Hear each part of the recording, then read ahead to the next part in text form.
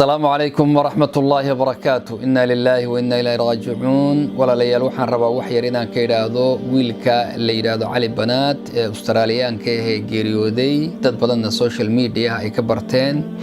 ninkaas wuxuu ahaa nin dhalinyaro runtii daadiisu waxay ahayd 30 sano ayuu jiray ilaahi subhanahu wa ta'ala jiradan ayaa ku dhacday cudurka kansarka ayaa ku dhacay bishii 7 ee July 2015 bay jiradaas ku dhacday dhakhtarkiisu wuxuu u sheegay 7 bilood inuu noolaan doono laakiin ilaahi subhanahu wa ta'ala wuxuu u qadaray inuu 3 sano oo dambe dib u soo noolaado wuxuu sameeyay markii hore dhaqan ahaan iyo sidoo u dhaqmi jiray iyo qaabka uu maaragtay baabuurka kaliya oo ku socdaayay wuxuu ka bixiyay $600,000 buu ka bixiyay kabaha uu qabo wuxuu ka bixiyay $1,300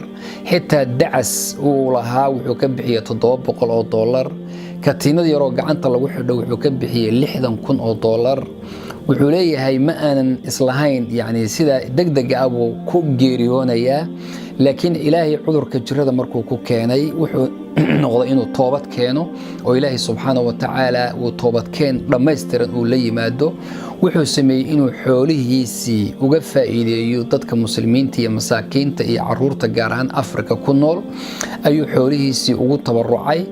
maalkiisii oo dhanna waa sadaqeeyay ya subhanallah sidoo dhanna wuu bixiyay waxa lagu wuxuu noqday nin milyaneer ayuu noqday waxaan rabaa markii inaan uga faa'iideysto oo iraahdo dadka walaalaha ah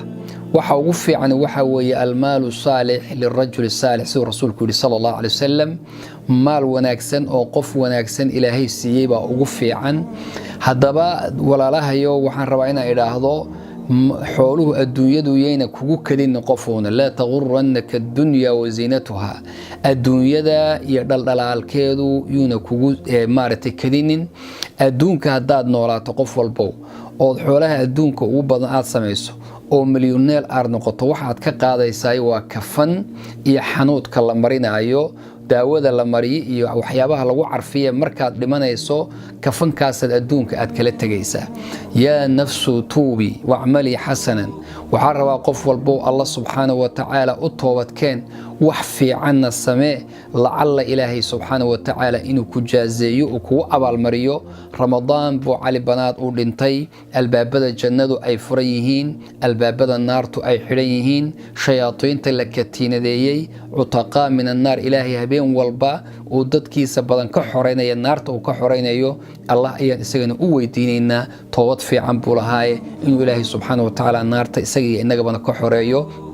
annagana tusaalo ayuu dad badan u yahay oo maalkooda inay uga faa'iideystaan khayraadka inay ku bixiyaan wajazaakumullahu khayr rabbina hu naxariisto haloo duceeyo hadaladii ugu dambeysay soo hal kareynin waxay ahayd ishaarada uu bixinayay isoo duceeye marka haloo duceeyo insha Allah ilaahi rahimahullahu rahmatan wasi'a wa inna lillahi wa inna ilayhi raji'un allahumma ij'al lahu fil qabri rawdatan min riyad al janna wa la taj'al lahu fil qabri hufratan min hufar an-nar ilahi jannada rawda ya beerha wadhigo wajazaakumullahu khayr wa barakallahu fiikum wassalamu alaykum wa rahmatullahi wa barakatuh.